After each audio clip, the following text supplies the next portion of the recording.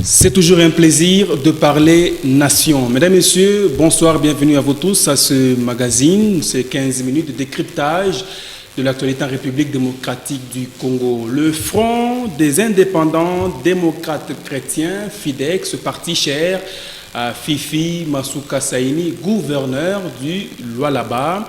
On en parle dans ce magazine et surtout la gestion de l'une des provinces poumons de la République démocratique du Congo. Nous aurons un invité spécial d'ailleurs sur ce plateau, M. Loïc Kachung Yav, qui est non seulement membre au cadre de ce parti, qui est aussi l'un des collaborateurs de Madame la gouverneure.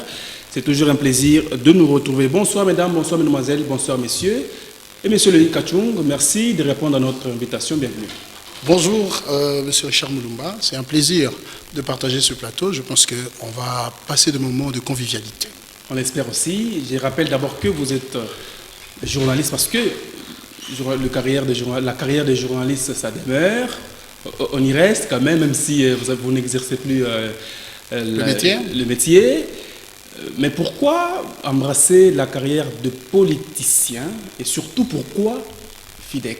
Il était temps de gérer les choses de plus près. C'est vrai, même en tant que journaliste, on servait la nation, mais j'avais compris qu'il n'y avait pas beaucoup d'ancrage, j'avais compris qu'il n'y avait pas beaucoup d'incidents, j'avais compris qu'il n'y avait pas, ça veut dire je ne parvenais pas à pousser selon mes aspirations, et donc que le Congo avait besoin de notre énergie, le Congo avait besoin de notre intelligence, le Congo aussi avait besoin de notre apport. Et en restant journaliste, c'est vrai, on pouvait le faire, mais il n'y avait pas beaucoup d'ancrage, comme je l'ai dit, il n'y avait pas beaucoup d'incidence. Ça veut dire en restant journaliste, j'avais de la limitation.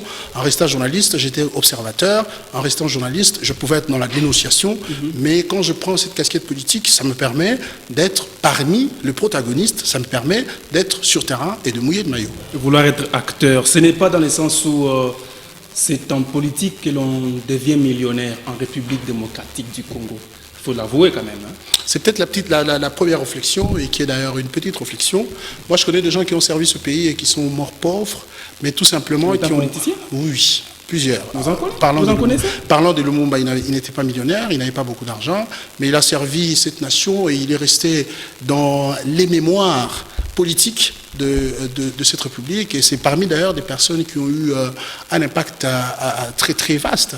Ça veut dire, c'est peut-être l'impression que ça donne, que quand on voudrait se lancer en politique, c'est ça la motivation. Mais je ne pense pas que ça soit la mienne, parce que moi ici, c'est le service de la nation, moi ici, c'est le souci de mieux faire, moi ici, c'est le souci que les choses changent en politique et dans mon pays. Vous vous sentez capable de convaincre tous ces gens qui ont cette acception-là dans leur tête que vous êtes là pour faire autrement les choses que gagner de millions facilement? Ça sera peut-être facile avec les phrases, ça sera peut-être difficile, excusez-moi, ça sera peut-être difficile avec les phrases, ça sera peut-être difficile avec le discours, mais le temps viendra révéler la vraie nature, le temps permettra que les gens voient ce distinguo-là entre cette culture qui s'est malheureusement installée sur cette scène politique congolaise. Est-ce que nous, on amène comme nouvelle énergie? Est-ce que nous, on amène comme des nouvelles aspirations? Ce que nous avons, nous, dans le crâne. Donc, c'est vrai, ça peut être quelque chose qui est devenu un peu plus général, mais ce ne sont pas là nos aspirations, et le temps va venir révéler la vraie nature. On dit toujours il faut laisser le blé livré pousser, mais finalement,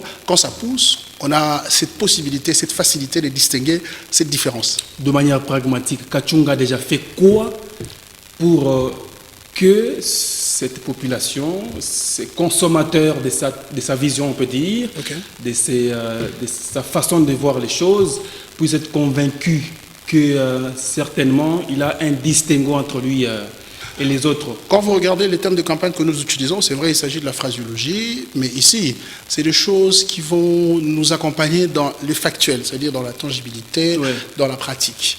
Nous parlons par exemple de l'inhumation 2023, qui est cette année de l'inhumation des acteurs politiques malhonnêtes, des acteurs politiques véreux, ceux qui se servent du trésor public pour ici garnir leur compte en banque, ceux qui se servent du trésor public pour ici s'offrir de l'opulence. Et donc ça c'est l'avenir.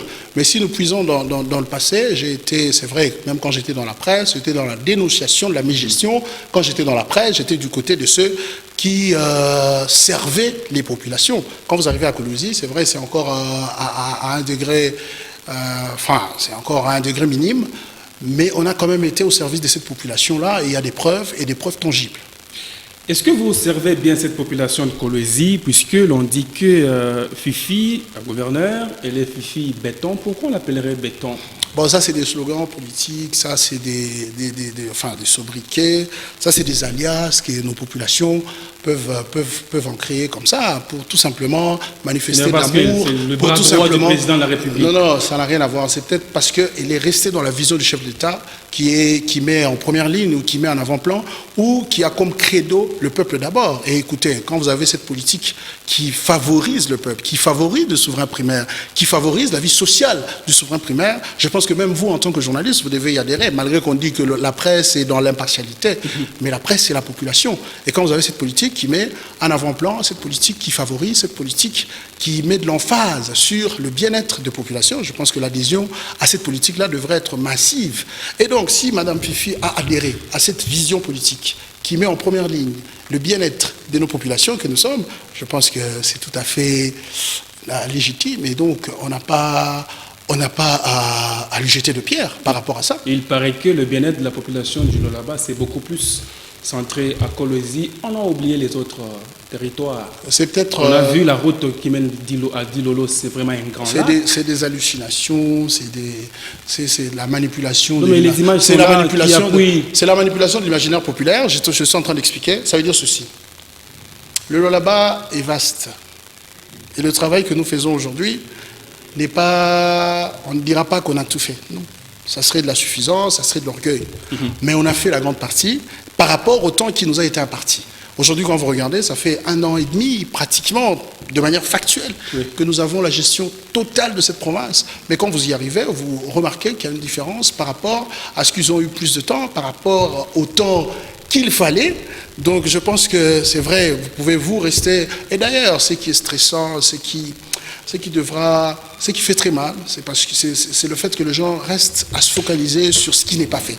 Mais pourquoi ne pas parler de ce qui est fait déjà? Parce que si vous regardez le Lualaba aujourd'hui, comme je ne cesse de le dire, c'est les œuvres de Mouyège.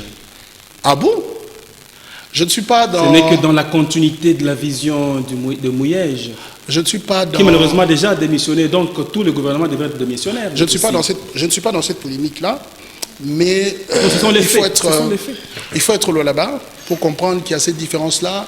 On peut certes parler de la continuation, on peut certes parler de la poursuite de la gestion de la chose publique, c'est ça, c'est une évidence. Oui. Mais il y a une grande différence, il y a des innovations par rapport à cette nouvelle gestion. Et donc même quand vous allez voir le partenaire qui était nos partenaires qui nous accompagnaient dans la modernisation, dans la métamorphose de la province, ils vont vous dire qu'ils ont remarqué une différence totale dans ce qui était autrefois gestion de la province et ce qui se passe aujourd'hui.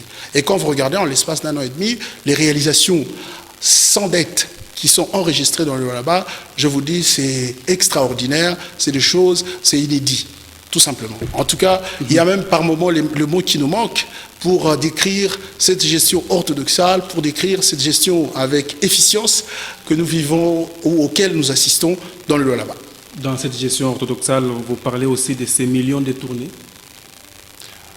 Ah, ceux qui ont détourné de l'argent. Je pense que vous avez suivi le responsable de l'IGF, il a donné son verdict, il a livré ses impressions, il a fait son interview.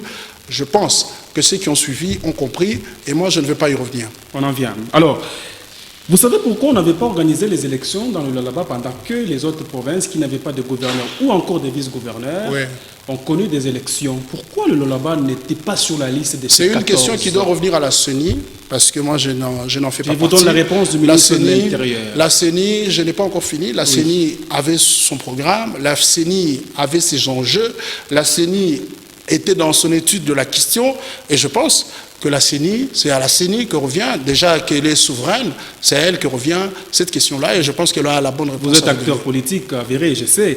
Je vous donne la réponse du ministre de l'Intérieur, parce que le Lualaba a encore un gouverneur légitime. On parlait à l'époque de Mouyège, qui, quelque temps après, a déposé sa démission.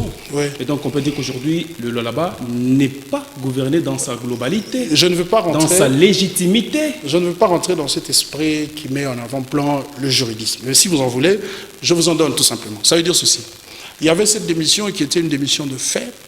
Ça veut dire, quand ce dernier, vous avez parlé du gouverneur, quand il est empêché, on remarque, on constate cette démission de fait. Il y a cette première dimension. Il y a la deuxième dimension qui est la mise en accusation au niveau de l'Assemblée provinciale. Quand vous êtes mis en accusation ou quand on retire la confiance, ça veut dire dans les 48 heures qui arrivent, vous devez déjà déposer votre démission. Ce qui n'a pas été fait. Oui. On a remarqué encore cette démission tacite. Ça veut dire, on constate que l'homme est parti sans respecter à l'administration. Mais c'est quand même un départ. La démission n'est pas qu'écrite. On peut démissionner comme vous aujourd'hui, vous décidez de partir, vous ne dites rien, on va remarquer ici que voilà, il est en désertion, il est en démission. Voilà, donc c'était le cas aussi pour le là-bas. Oui. Et c'est vrai, si vous voulez approfondir la question, les juristes sont là, je pense qu'ils vont vous éclairer. Et ce pays est géré par de bons juristes. Et les choses se passent de cette façon-là parce que la loi est respectée et c'est ce qui devait se faire. Voilà. Et le là-bas aujourd'hui, l'on a senti que tout le monde s'était mobilisé en se proclamant candidat, même dans les fonctionnels. Juste après la démission de Mouyen, c'était de la plaisanterie. Les gens s'amusaient dans les réseaux sociaux. Aujourd'hui, avec les réseaux sociaux, chacun le gère à sa guise. Hein. Vous pouvez créer une page. Vous pouvez dire que c'est la plaisanterie, mais dans la considération individuelle et tout un chacun, c'est autre chose. Vous pouvez créer une page tout à l'heure là et vous vous autoproclamez président de la République. Vous êtes libre. Ça veut dire que déjà. Ouais, ça veut dire qu'il y a l'intention quelque part. L'intention de... C'est l'intention quelque part de vouloir bouter dehors c'est lui ou celle qui dirige aujourd'hui. C'est un peu comme avec l'enrôlement. Aujourd'hui, tout le monde peut se permettre de faire un visuel où il est en train d'inviter la population. C'est libre. Et aussi, les gens sont libres de se dire que je suis candidat gouverneur. Les gens sont libres de dire que j'ai ces aspirations-là. Les gens sont libres de dire que j'ai ces hallucinations-là, parce qu'il s'agit aussi de ça. Donc voilà, tout simplement. Et aussi, les gens sont libres de s'amuser. Tout à l'heure, j'ai parlé de Fifi Béton. Oui, vous avez parlé de son sobriquet, mais c'est l'une des rares gouverneurs qui est reçue individuellement par le président de la République dans sa résidence. En tout cas, ça, c'est des matières. C'est des choses qui font parler. C'est des matières que je ne maîtrise pas. Je ne sais pas vous dire pourquoi elle est reçue. Mais je pense aussi c'est peut-être par rapport. Dans votre appréhension. J'essaie quand même de vous satisfaire. Je pense aussi que c'est peut-être par rapport à la prestation. Vous adressez à la population. Ok. Ouais, mais vous êtes le représentant. Vous êtes le représentant de la population de toute façon.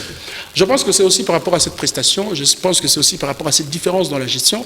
Non, il ne s'agit pas de dire qu'elle est au-dessus de tous les chefs des exécutifs provinciaux de cette République. Mais peut-être la différence, c'est qu'elle est à la tête d'une province qui est stratégique, peut-être elle est à la tête d'une province qui essaie de ressourcer sur tous les plans la RDC, peut-être elle est à la tête des enjeux qui sont tout à fait particuliers, mais la vraie raison, je pense que c'est elle qui devra vous la livrer.